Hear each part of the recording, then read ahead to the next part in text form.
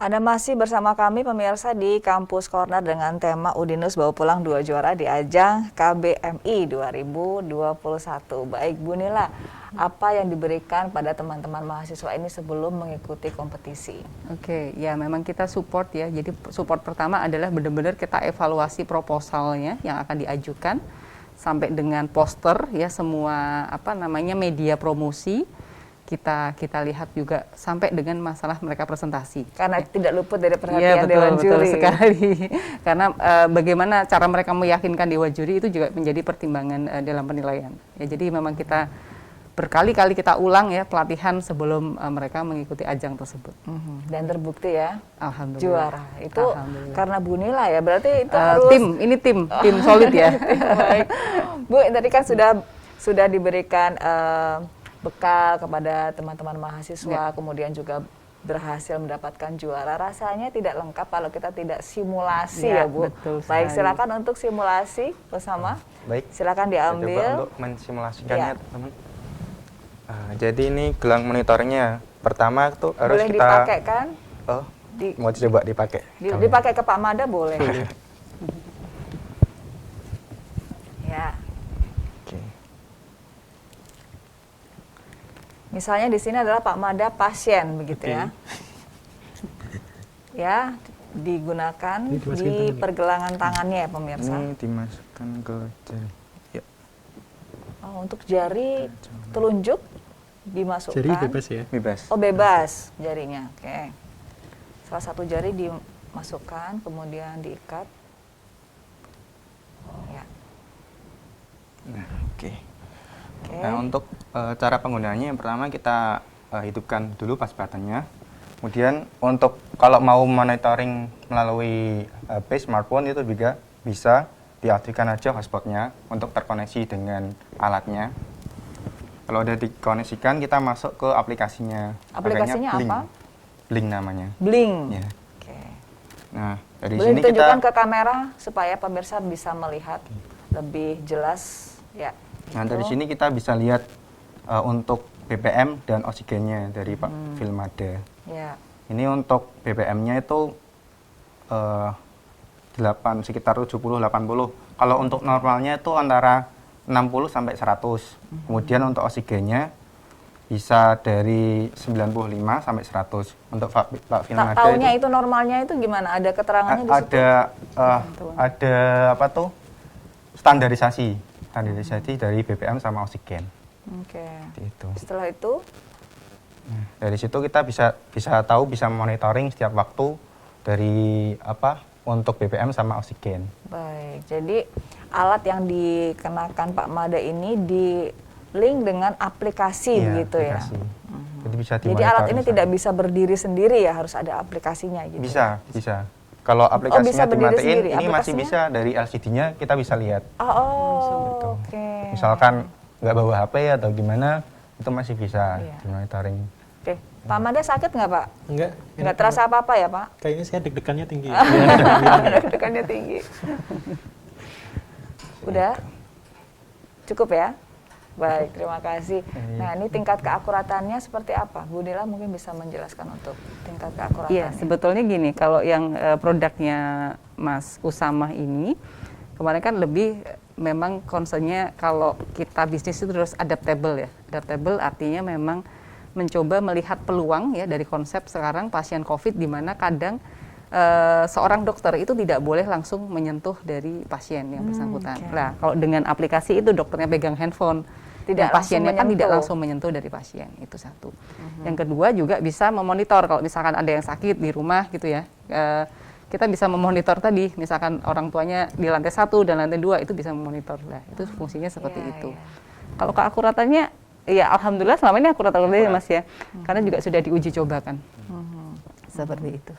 Baik, Pak Mada, untuk mengembangkan lagi supaya teman-teman ini lebih kreatif, apa yang dilakukan khususnya dari pihak Udinus? Iya, termasuk ternyata kalau di Udinus itu bukan hanya mahasiswanya saja yang dilatih gitu. Kami yang di dosen-dosen di entrepreneur ini juga mengikuti pelatihan-pelatihan. Ah, Ya, oke. beberapa waktu lalu juga kami sedang mengikuti pelatihan ya Bu Nila, yang dilatih juga langsung dari salah satu Dewan Juri KMI. kita dikasih motivasi untuk bagaimana kita bisa mengembangkan lagi usaha-usaha mahasiswa itu. Jadi seperti yang Bu Nila bilang tadi, kalau dosennya kewirausahaan, belum nggak harus dosen itu punya usaha gitu, karena kita sebagai pengajar pewirausaha itu harus bisa memotivasi lebih teman-teman mahasiswa itu. Nah, dari pelatihan-pelatihan seperti itu kita bisa memberikan lagi pelajaran-pelajaran ke teman-teman adik-adik kita itu mahasiswa, untuk mereka bisa menemukan masalah dan berani beraksi gitu. Intinya adalah berani dulu melakukan, nanti kalau sudah dilakukan ada salahnya apa, nah itu kita perbaiki. Kalau nggak pernah melakukan, baru-baru tahu salahnya gitu. Oke, jadi jalan dulu begitu iya, ya? jalan dulu. Bu Nila, kira-kira ada menemukan tidak kendala-kendala yang dihadapi oleh teman-teman mahasiswa ini dalam berkarya? Ya, sebetulnya kalau kendala itu lebih kepada passion ya. Kita bicara entrepreneur itu passion gitu. Kita tidak bisa memaksakan setiap mahasiswa Udinus itu semuanya jadi pengusaha. Itu artinya meskipun mahasiswa diberikan mata kuliah entrepreneur, tapi tidak semua mahasiswa bisa menjadi seorang entrepreneur bila tidak passionnya, ya, begitu? Betul. Karena memang yang kita pentingkan tadi saya bilang adalah skill entrepreneurship.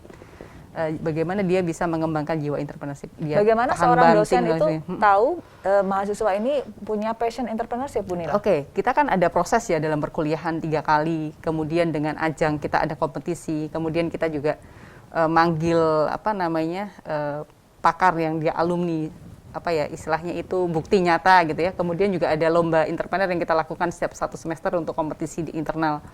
Itu menurut kami sudah membentuk yang namanya ekosistem entrepreneur. Kalau environment ekosistemnya sudah terjaga ya, menurut kami itu menjadi satu ukuran ya, bahwa bagi mereka itu entrepreneur bukan satu hal yang asing gitu, seperti itu. Baik, kemudian apa yang akan dilakukan Udinus ke depannya, Bu? Apalagi ini di tahun 2022, apakah juga ini untuk meningkatkan magnet begitu ya, menjadi magnet untuk Udinus ini diserbu para adik-adik kita yang masih di SMA untuk berkuliah di Udinus, salah satunya dengan adanya kewirausahaan ini. Iya, betul. Karena kalau kita perlu ketahui juga, Udinus kan visinya adalah perguruan tinggi di bidang pendidikan dan kewirausahaan. Jadi keunggulan Udinus salah satunya selain pendidikan juga kewirausahaan. Jadi bagaimana Udinus ini menggandeng adik-adik untuk tadi membangun satu ekosistem, karena entrepreneur itu tidak bisa hanya dibangun di dalam hanya mata kuliah, tapi ekosistemnya Udinus, environmentnya Udinus itu ya sudah entrepreneur gitu. Nah, itu menjadi pada saat contoh kita lulus kuliah tapi kita belum tahu nih kerja di mana. Nah, kadang skill kita untuk memulai usaha yang sudah dididik dari kuliah itu sangat penting, karena ini juga terjadi pada alumni-alumni yang lain, cerita gitu. Belum dapat kerja, Bu, tapi karena dulu udah diajarin jualan ya, paling tidak mereka sudah memulai untuk melakukan bisnisnya sendiri. Itu menjadi bekal untuk Betul mereka. sekali. Dan mindset untuk belum dapat kerja itu akan dirubah menjadi menciptakan lapangan kerja. Pak Mada, untuk Usamah ini dan teman-temannya yang sudah memenangkan kompetisi dan juga teman-teman lain di Udinus ini yang banyak prestasinya begitu ya, bagaimana pengawal yang dilakukan oleh para dosen? Apakah langsung dilepas ataukah tetap dibimbing begitu, Pak? Oh iya, tetap kita ada bimbing. Kalau di kita ada inkubator KWU itu, Bu Nila itu. Ya, itu adalah membimbing usaha-usaha mahasiswa itu. Ya, ada banyak, betul seperti Mbak Mira bilang, ada banyak bisnis usaha yang dikembangkan oleh mahasiswa. Ya, baik seperti yang Mas Usamah ini lakukan, menang atau tidak menang tetap kami bimbing, Mbak. Ya, moto kami adalah bisa membuat teman-teman mahasiswa itu wirausahanya sukses, bisa berkembang gitu ya, bisa menjualkan produknya. Nah, kalau ada bantuan butuh support, kami siap support ya. Jadi di inkubator itu ada juga, kalau di FIK itu ada 2 startup juga yang besar, itu terus kita bimbing gitu. Nah, tujuannya apa? Tujuannya adalah bisa membuat mereka lebih berkembang lagi, men-channelkan link-link mereka lagi gitu ya. Karena kalau wirausaha itu kan kalau ada support pendanaan, misalkan kalau saat ini kan startup itu IPO gitu ya, Mbak. Nah, harapan kami juga teman-teman yang Udinus itu juga berpikirnya ke situ. Tidak hanya usaha kecil gitu ya. Wah, sudah bisa untung enggak? Kita jangan harus cepat berpikir berpuas diri. Iya, betul. Bagaimana menurut pantauan Pak Mada, apakah ada mahasiswa yang sudah memenangkan kompetisi seperti Usamah ini, kemudian punya bisnis tapi di tengah-tengah berhenti, Pak?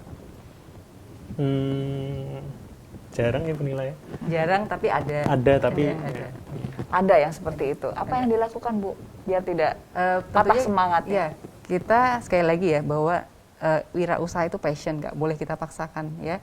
Pada saat dia sudah, tadi yang saya pernah cerita sepatu lukis contohnya, dia sudah di-shoot dari semua televisi nasional gitu ya, nge-shoot ini karena Itu juga dari Udinus ya, dari sepatu Udinus, lukis? iya betul. Oke. Di awal 2016 itu Udinus yang pertama kali mengeluarkan produk itu gitu. Tapi ujung-ujungnya kalahnya pada saat dia lulus, kemudian dia keterima jadi PNS.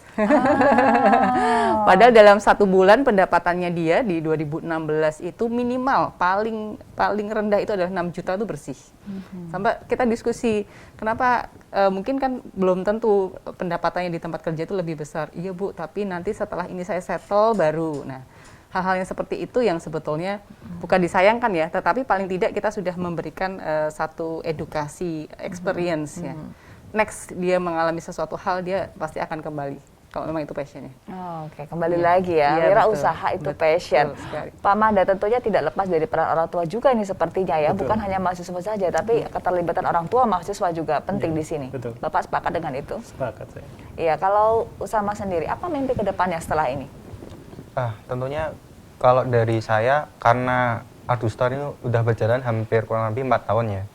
Dari awalnya hanya dropshipper, reseller, kemudian kami bisa menjadi owner sendiri, bisa membuat create produk sendiri. Kedepannya tuh saya ingin membuat Ardustar tuh berbasis startup yang bisa dikembangkan lebih besar lagi. Dan berbadan hukum tentunya. Sudah 4 tahun, apa saja progresnya, boleh diceritakan? Untuk awal tahun dulu, saya memulai sebuah usaha itu kecil sekali modalnya. Itu dulu waktu awal tuh hanya 1 Arduino aja. Nah, kemudian setelah itu banyak pembelian masuk, kemudian saya create beberapa komponen yang bisa saya buat sebuah produk, di mana produk awal itu robotic cart yang banyak diminati oleh anak-anak kecil. Oh, oke. Nah, dari situ segmentasinya mulai terbentuk. Nah, dari situ setelah itu saya membuat lebih besar lagi, banyak stok komponen dan bisa dibuat produk-produk yang berbeda. Sekarang bisa memenuhi custom project yang teman-teman nggak hanya dari teknik maupun engineer lainnya yang bisa membuat sebuah produk. Customer-nya dari mana saja? Dari kota Semarang kah, Jawa Tengah, atau Indonesia? Untuk segmentasinya itu tentunya dari kota Semarang. Tetapi karena kami memasarkannya nggak hanya melalui offline, tetapi juga online, ternyata basis data dari Shopee dan Lazada itu kebanyakan dari luar Pulau Jawa. Seperti Kalimantan dan Riau, Sulawesi, kebanyakan dari luar Pulau Jawa. Karena di sana itu untuk komponen basicnya robotika itu sangat minim sekali. Itu hanya di kota-kota besar seperti Semarang, Jakarta. Nah, kebanyakan dari luar, mesen dari kami. Dan itu juga repeat order. Untuk selanjutnya. Usama sekarang semester berapa? Untuk sekarang semester 7. Semester 7, sebentar lagi lulus ya. Iya. Bagaimana membagi waktunya untuk mengerjakan skripsi dengan menjalankan proyeknya? Iya. Itu sering sekali dapat pertanyaan seperti itu dari teman-teman. sering ya? Ya, gimana sih cara memanajemen waktunya? Iya. Itu kalau dari saya tentunya menjalani proses dari kegiatan. Kalau kita terus-terus mengeluh, pasti nggak akan berjalan untuk kegiatan yang kedepannya kita lakukan. Nah, itu saya jalani. Kemudian apa sih yang harus saya lakukan untuk pertama kali? Itu saya lakukan terlebih dahulu. Kemudian Skala prioritas. Ya, skala prioritas. Kalau misalkan ternyata terbentur atau kita lihat seberapa pentingkah kegiatan yang bisa kita ambil lebih dahulu. Baik, nanti kita nantikan ya Bu. Lulusnya tepat waktu tidak ya Bu? Baik, nanti kita akan lanjutkan lagi perbincangan ini, tapi kita harus jeda dulu pemirsa. Tetaplah bersama kami di Kampus Corner.